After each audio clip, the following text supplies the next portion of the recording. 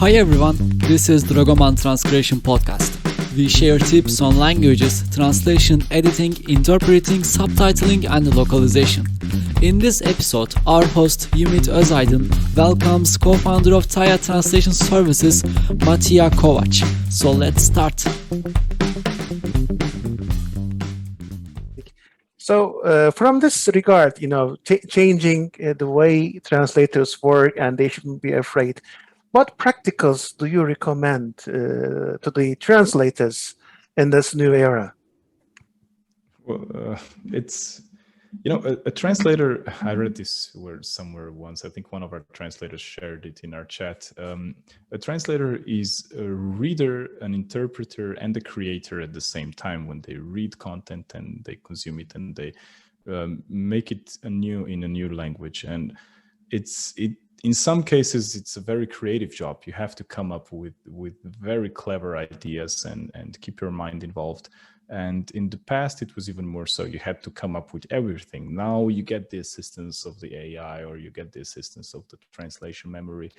And a lot of times it has been debated that all of this inputs from different technological ideas will stream your mind into a different point of view that you might not even think of. And the way that your brain would conceive it might have come even with a better approach, or a lot of times it's a much better approach. So because you are shown with, let's say, one or two or three different possibilities in whatever tool you're using that you're helping yourself to translate with, you don't see the idea that your mind would have conceived on its own. And this is something that is sometimes an issue when it comes to translating, especially very creative content. So as much as technology can be very helpful in some specific cases, specifically, let's say, literature or marketing content or anything that needs a creative human input,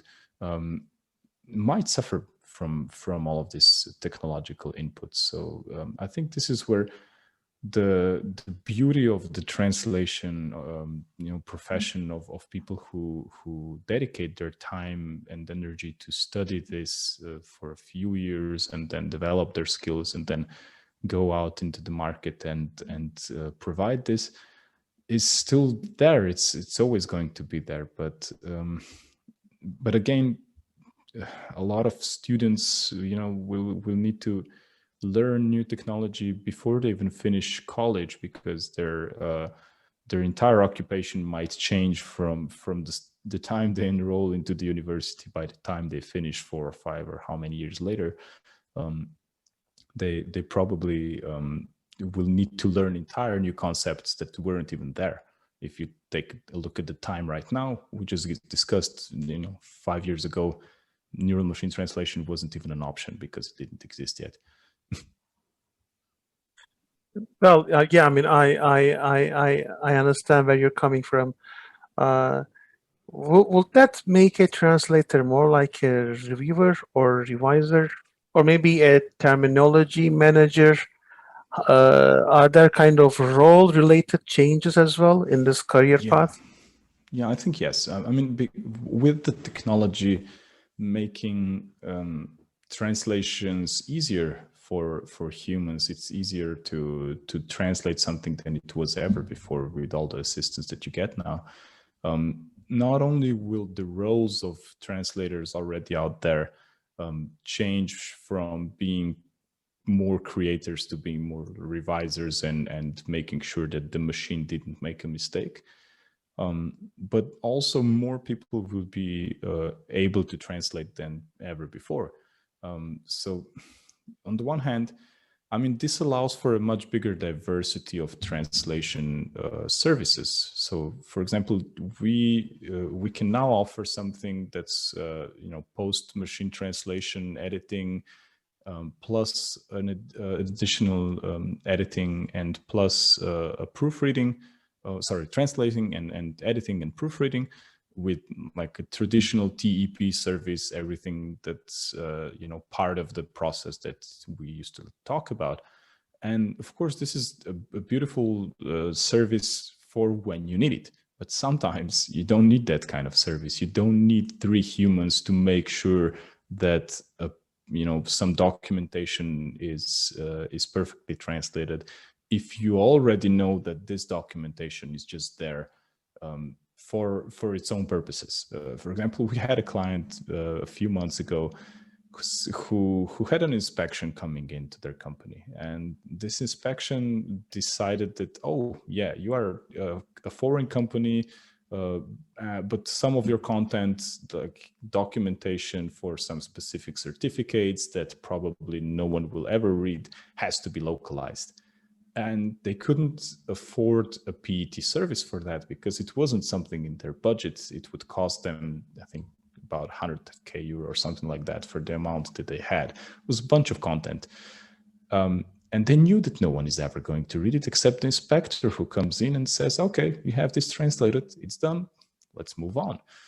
So what they decided to go with is something that we call machine translation with the light review, which means that if suppose that the machine translation is of sufficient quality, I'm not saying, we would do this for any type of machine translation. It has to be some proper quality first. A translator would just come in and remove the biggest mistakes in the text. Just, go through, make sure it works, even though it doesn't sound perfect or it doesn't, run smoothly. It's not how a native speaker would probably say it if they were to write it down from scratch. But it's there, it's translated, it allows someone to understand what it means, but it's not perfect by no standard, but this just allows, with all of these different creative uses of this technology, to provide different levels of services wherever they might be applicable. There are cases, of course, when this isn't possible. For example, imagine you have a legal document that you need translated. Let's say you have a merger with another company, right?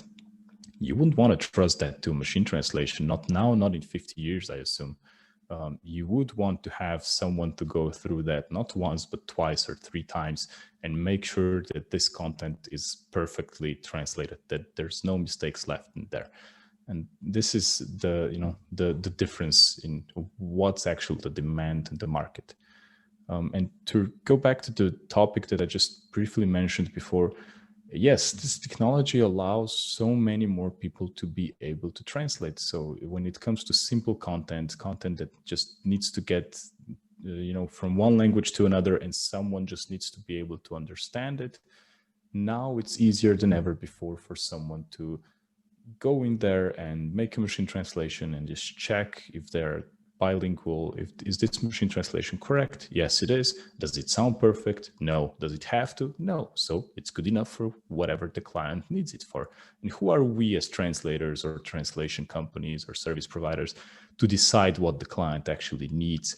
It's still their choice. Let's keep it an open market as it's supposed to be, right? Thanks for joining us for this episode of Dragoman Transcreation podcast.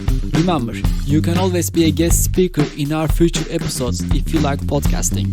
Join us again next time for more tips and tricks from industry professionals. Thanks for listening. Stay tuned.